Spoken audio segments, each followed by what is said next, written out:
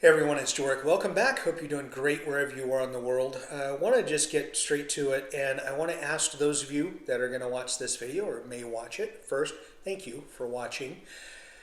What do you think about recommending Portugal in 2026 as a place to move to, a place to retire to? Most of the people that watch are not in the working. They're mostly you're getting close to retirement and a pension.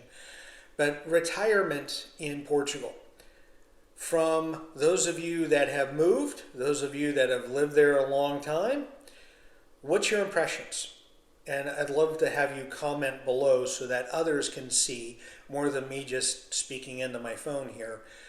What do you feel is a good recommendation for Portugal? Do it. It'll be a good decision. You got to deal with some immigration hiccups, which you do, I think, and you've had to.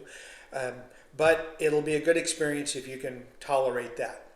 Or, based upon your experience, would you go, I wouldn't recommend it in 2026. Wait for them to get their immigration stuff figured out.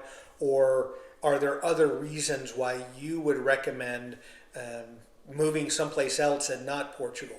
And I'm gearing this, hopefully those of you that live in Portugal would be the ones that give a thumbs up or thumbs down.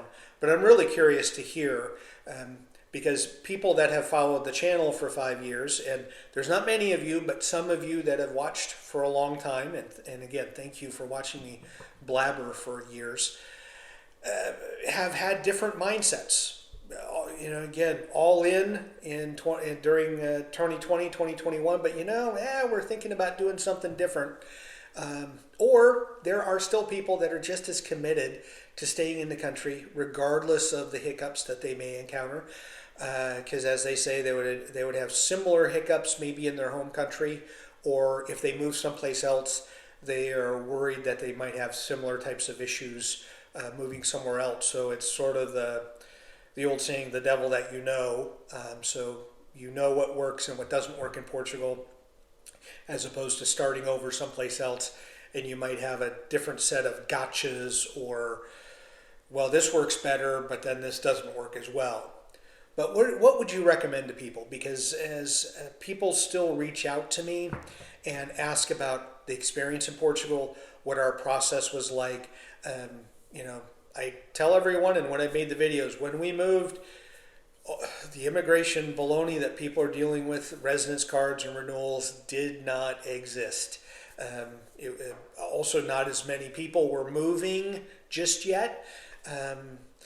But those are changes and those are challenges that people today, so making this video, are dealing with. Everything else is relative. If you want to learn the language, you do. If you don't, you don't. I think if you learn it, it helps. But not everyone has that mindset. And then also getting around and trying to see as much of the country as possible, see different pockets and parts of Portugal. You get a different feel and flavor than you do just staying in your one area that you're living in. So traveling around, I think, gives you a better appreciation for the country and the different cultures within Portugal, if that makes sense. But would you have people go at all, or would you say, you know what, skip it, go someplace else? And why? That would be good. If you could say whether you recommend Portugal or not, and what would be your reasoning behind that. I think people need to know. If people are thinking about it for retirement, they need to hear some pros and some cons from people that are there, or people that have lived there. I think it'd be good commentary for people to see. So please leave your comments below. And as always, thank you so much for watching the channel, and enjoy your travels.